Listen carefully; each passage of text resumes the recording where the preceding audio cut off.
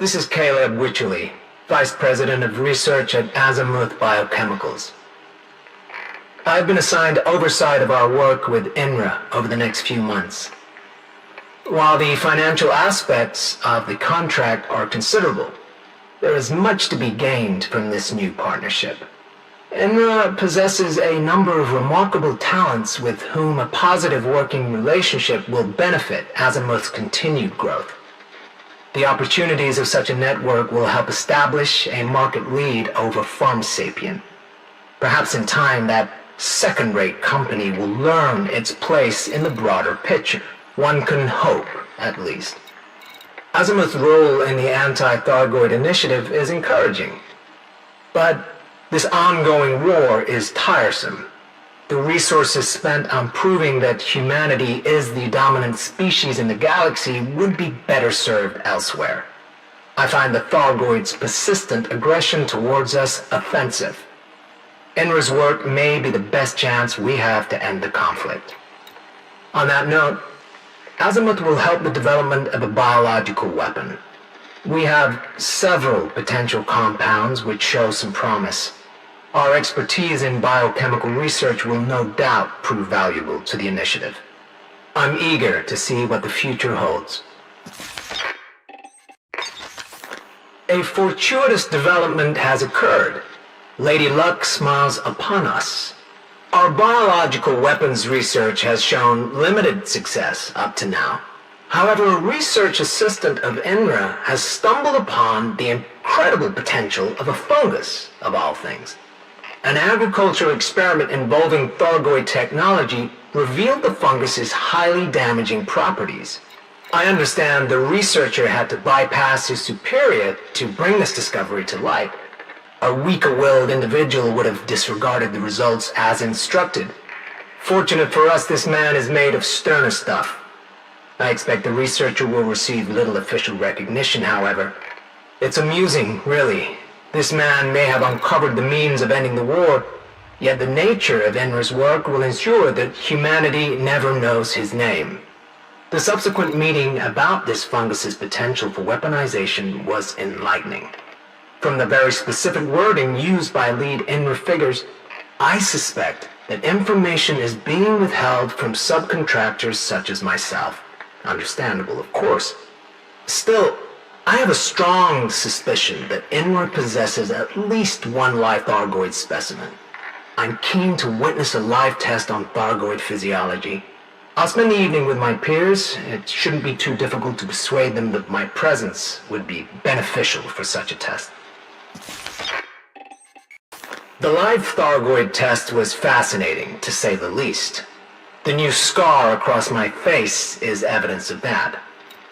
I arrived shortly before the test was scheduled to take place.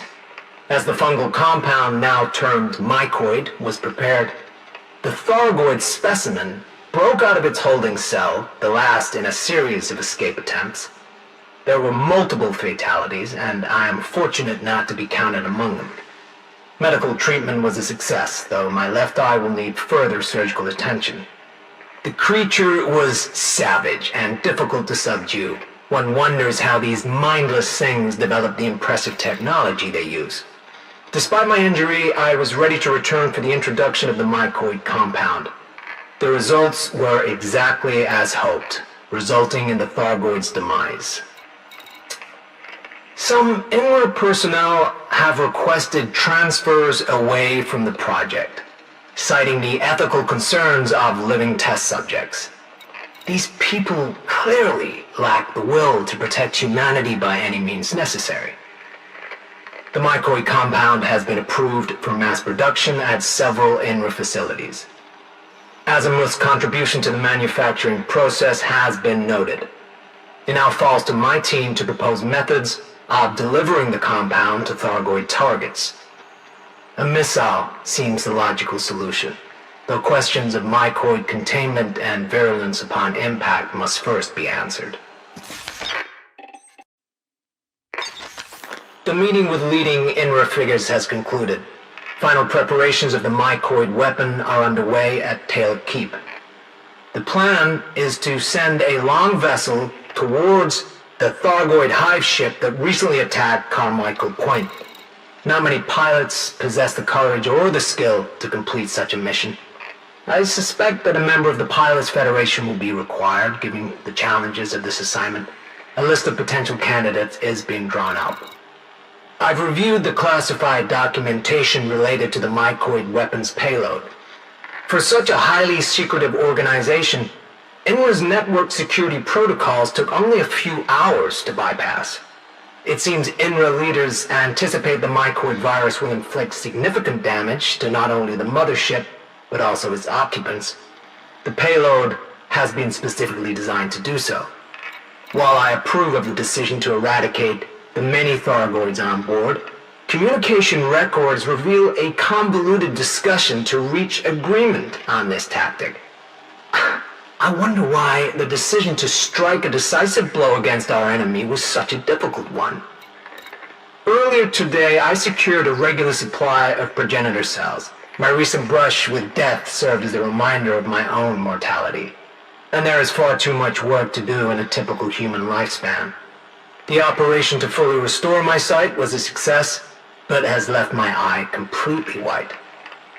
This appears to have prompted a new nickname among my staff, some of who are now referring to me as the Witch. The wordplay is amusing, I suppose, but perhaps such a pseudonym will have its uses. The mycoid weapon has been successfully delivered by Commander John Jameson. The brave pilot did not return home. A shame. I would have liked to shake the hand of a man who has contributed so profoundly to the end of the Thargoid War.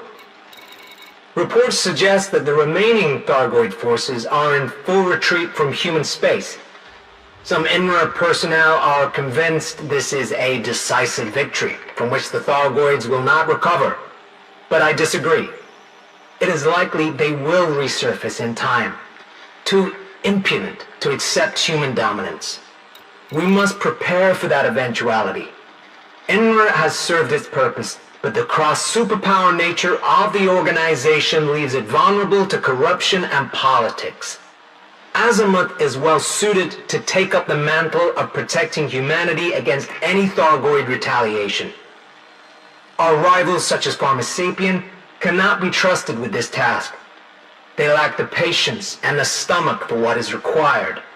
Only Azimuth, under my direction, will be capable of the necessary action to wipe the Thargoid race out forever. If I must be humanity's salvation, then so be it.